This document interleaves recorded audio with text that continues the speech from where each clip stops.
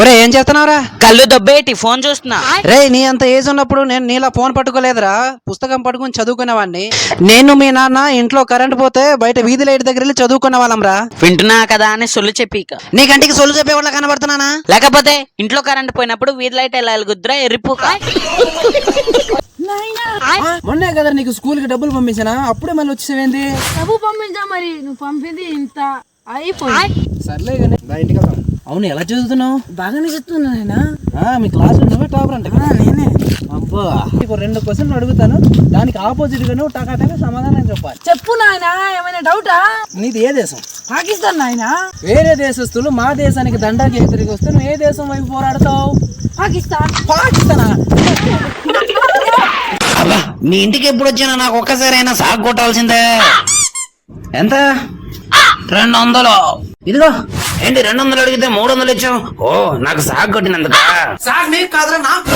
ఆ 100 రూపాయలు పెట్టుకుని ఏదైనా మంచి డ్రాయర్ కొనుక్కోరన్నా భర్త. పద పద పద పద తొందర నడే, నేను దించేసి నేను పొలం పనులకి వెళ్ళాలి. అయినా నీకు స్కూల్కి ఉండడానికి నీకేం రా? స్కూల్ వెళ్ళానంటావు? రే ఆగంటే స్కూల్కి వెళ్ళవా నువ్వు? మీరా స్కూల్కి వెళ్ళవా? అయితే దా నాతో కూలి పనికి రా. దా దా దిగు, పొలం దిగు. స్కూల్కి వెళ్ళవు నువ్వు?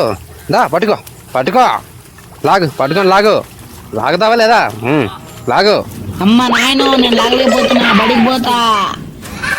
ఈ జనరేషన్ కుర్రలందరికి ప్రాక్టికల్ గా పనిష్మెంట్ ఇస్తే గానీ బుద్ధి రాదు. ఈ గెటప్ లో నేను హీరో లెక్క అంటున్నానా?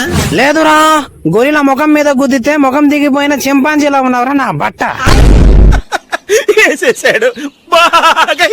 రే బావా, నేను ఎక్స్పీరియన్స్ తో చెప్తున్నా, తమిళ అమ్మాయిలది తెల్లగా ఉంటది, నాగాలాండ్ అమ్మాయిలది నల్లగా ఉంటది, కానీ మా ఆంధ్ర అమ్మాయిలది అందంగా ఉంటది. బాబా నువ్వు దేని గురించి చెప్తున్నావు? స్త్రీల యొక్క మనస్సు గురించిరా.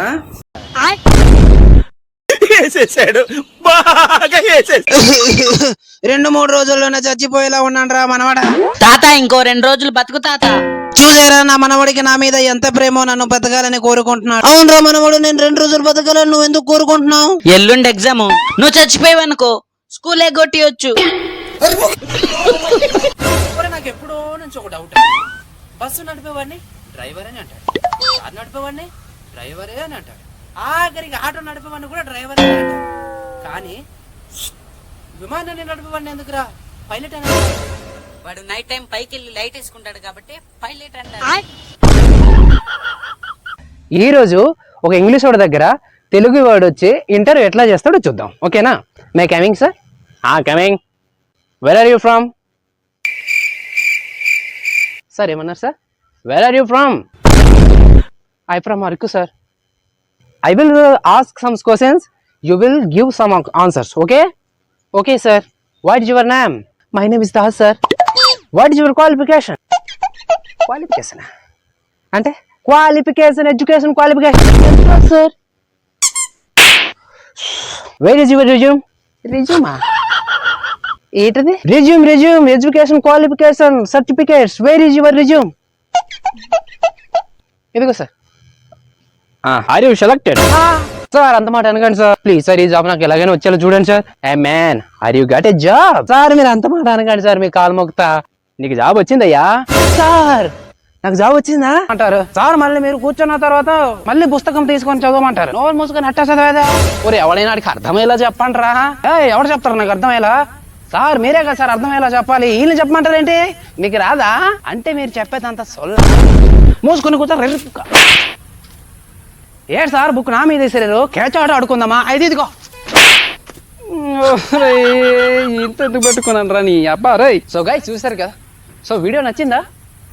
నచ్చితే ఒక లైక్ చేయండి, అలాగే సపోర్ట్ చేస్తూ మా ఛానల్ని సబ్స్క్రైబ్ చేసుకోండి. Okay, thank you for watching.